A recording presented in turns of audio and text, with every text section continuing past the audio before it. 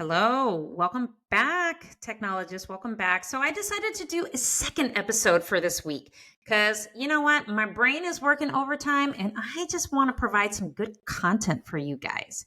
So, I am doing another recording here because I am teaching a live workshop here in a couple weeks. So, September 25th. So make sure that you guys sign up for my live workshop. We're going to be talking all about IV access and how to be confident as fuck as a CT tech and to shine in your IV skills. Okay. We're going to talk about all IVs, what you can and can't use. And I'm going to have some demonstrations as far as IV accesses, like real ones that you can't use in CT. So make sure you guys sign up for the live workshop. It's 60 minutes. You're going to come into the Zoom room with me and I'm going to teach you all about IVs. I'm going to give you all my knowledge on that. Okay. So make sure you guys sign up for that. Okay.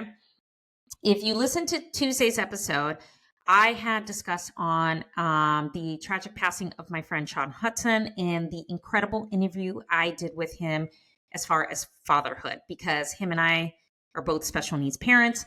And it was an awesome episode that I re-aired per the request of his family and in honor of him. So if you're interested in listening to my other podcast, I have a link in the show notes at the Rare Mama podcast. It's really good. I talk all the parenthood things and all the journey and divorce and, you know, how my life has been after divorce and all the dating and relationships when it comes in that container. So it's a really good podcast. So make sure you guys check it out. Now, in today's episode, I'm going to be talking about 3 most common mistakes that I see CT technologists make and how they can be avoided. Now, this is a big one and it's going to be a very touchy subject. So make sure you guys hang on here, okay? So as we grow in our career and as we become more successful and we become more experienced, we do encounter mistakes and things that can be avoided in our CT training and education. Sometimes we do it as beginners, sometimes we do it when we're seasoned, and sometimes it's a little bit of both, right? So 3 things that I see that are common mistakes that I see on a daily basis when I'm working or I'm training or I'm educating anybody are as follows. So follow me here, guys, okay? Patient centering. I know you guys are sick and tired of hearing me talk about patient centering and ISO center, but it is a most common mistake because I see so many people, even seasoned techs, that do not center properly. Okay. And then we get the physicist who gets on us about doses and why doses are high, the doses are off, and, you know, constantly yelling at us about dose, always about dose, right? So the common mistakes that I see is a lot of techs guess because they were never shown the proper way. They're not using the laser light correctly, and they were never taught how to position the patients correctly. Okay. Now, your laser light, you know, you have crosshairs. You have to make sure that you center your patients in the middle of the table and make sure that you center them at the Z axis of the patient. So right at the, you know, in the middle. Okay. Those are very important because when you take your scouts, it calculates the dose correctly and making sure that it administers the correct radiation dose to the patient so that you get an optimal exam. So any tech that tells me, oh, well, I wasn't shown correctly, oh, they just said here, bullshit. Okay, you can do it properly. So show them the proper way, guys, because I do all the time. Now, the second thing is, and this is a big one, the last 2 are the biggest ones, is checking your IV access. So what I mean is that you're not flushing that IV to make sure that it's good for a power injection, okay? Not checking your IV site if you can, making sure that contrast is going in and not infiltrating in the patient. So what I mean is let's say it's a routine study where you have a 65-second delay on an abdomen and pelvis. If you're in the room with your hand on that IV, making sure that that IV is not infiltrating into the patient's skin. Because I see a lot of people who do not do that. I do that because I've seen a lot of really bad infiltrations on other patients, not me particularly. I mean, yeah, I've used to infiltrate, during arterial studies because you can be in there checking, right?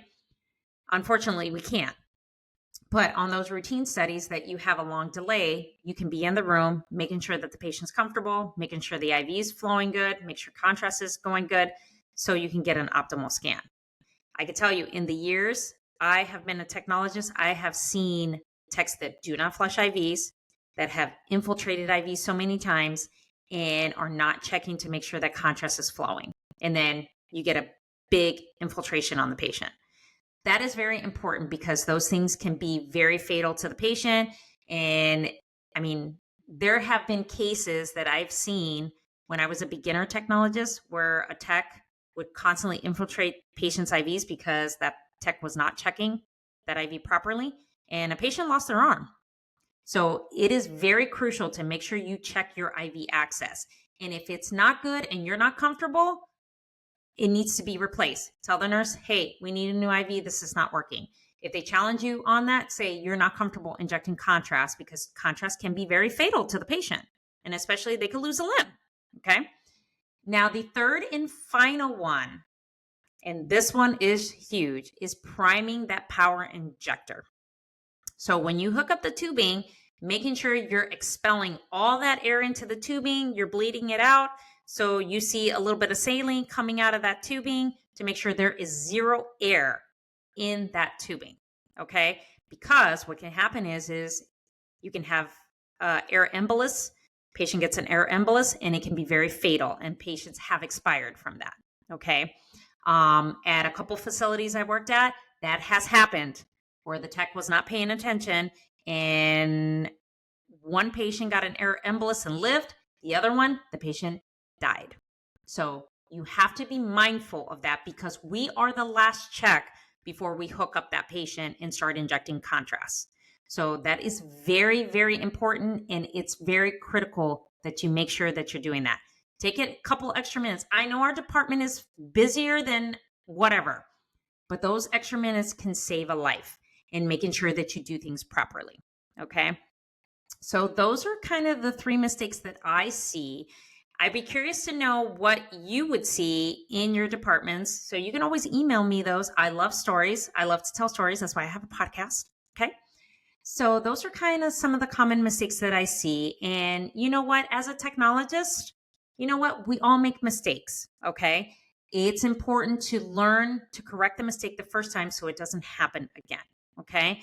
We've all injected the wrong patient. Okay. We've scanned the wrong patient because we're human. Okay. So nobody can say, oh, well, I've never done that. I know it. Almost all the technologists I've worked with in the 21 years I've been a technologist, they've all made a simple mistake. Okay. And it's just important to acknowledge it, correct it, and make sure you prevent patient harm. So I hope these 3 tips were very, very important. As always, you can always send me your questions, email me at contact@thecteducator.com. Follow on Instagram at the CT Educator. If you want to come on the podcast, there is a form, a link in the show notes. So fill it out, come on the podcast, and let's have a conversation. Let's have some fun. So, and I will also link that episode in my other podcast in the show notes. So you can check out the guest episode I did with my guest, Sean Hudson, very good friend of mine. Really miss that guy. So yes. So make sure you check that out and sign up for the live workshop, guys. Okay. It's going to be good. It's going to be fun. So make sure you sign up for that. So as always, if you have any questions, please don't hesitate to email, send me a DM on Instagram. I'm available on both. Okay. So hope you guys have an amazing week, and I will talk to you guys next week.